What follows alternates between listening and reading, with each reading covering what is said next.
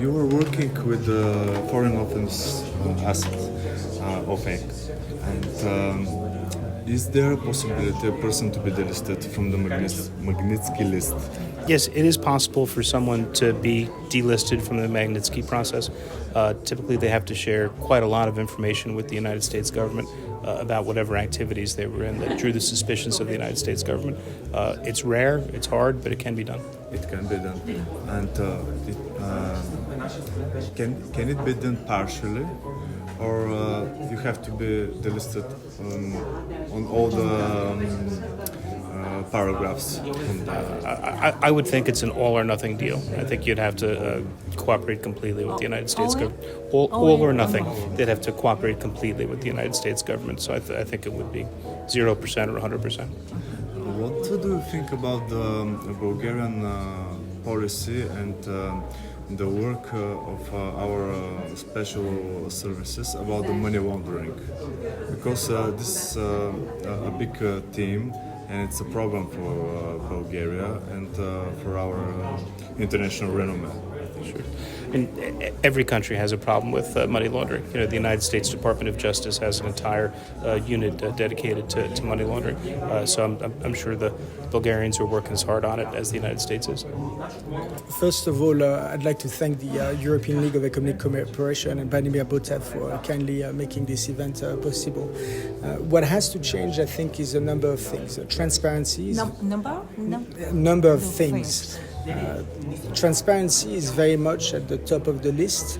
I think we can do more, especially in arbitrations that involve the state and foreign investors.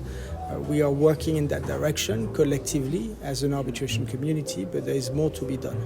Another thing as well, I think that Bulgaria could do better is when it comes to how it handles the defense against these arbitrations.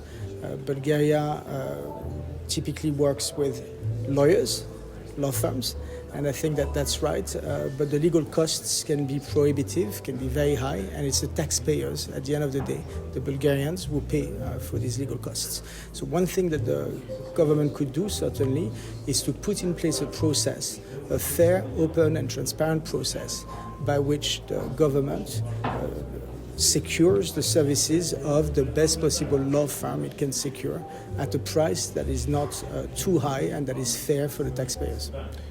You tell us about transparency. We have to change our laws in some way, or I think I'm not sure that a change in legislation is necessary. Very often what happens in these arbitrations is at the beginning of the case, the tribunal will ask the parties, Bulgaria and the foreign investor, whether or not they accept that the case will be entirely transparent. For example, whether the pleadings of the parties will be made available on the internet, whether the hearings will be recorded by video and then made available on the internet. And it's very much open to the government to agree to that. Some other governments have done so, and I think it really helps with the general public and the understanding of what arbitration is.